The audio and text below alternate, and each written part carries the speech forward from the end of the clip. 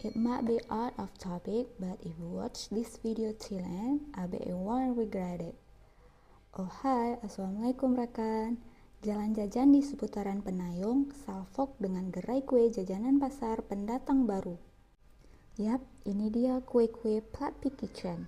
Siapa sangka dari gerai sederhana ini, kamu bisa nikmati aneka jajanan pasar dengan kualitas rasa premium, cocok segala usia, worth the price and worth the taste. Cookies dengan topping keju yang super lembut, lemper yang pulen dengan isian yang gak too much. Ada juga onde-onde yang besar dengan isian full kacang hijau. Tahu isi segede dan sepenuh ini isinya. Dengan harga mulai 3 ribuan aja.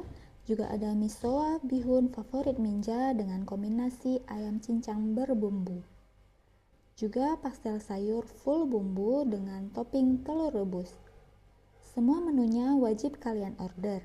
Segera mampir, komen rekomendasi jajanan favorit kalian. Tunggu jajanan Aceh di sana ya.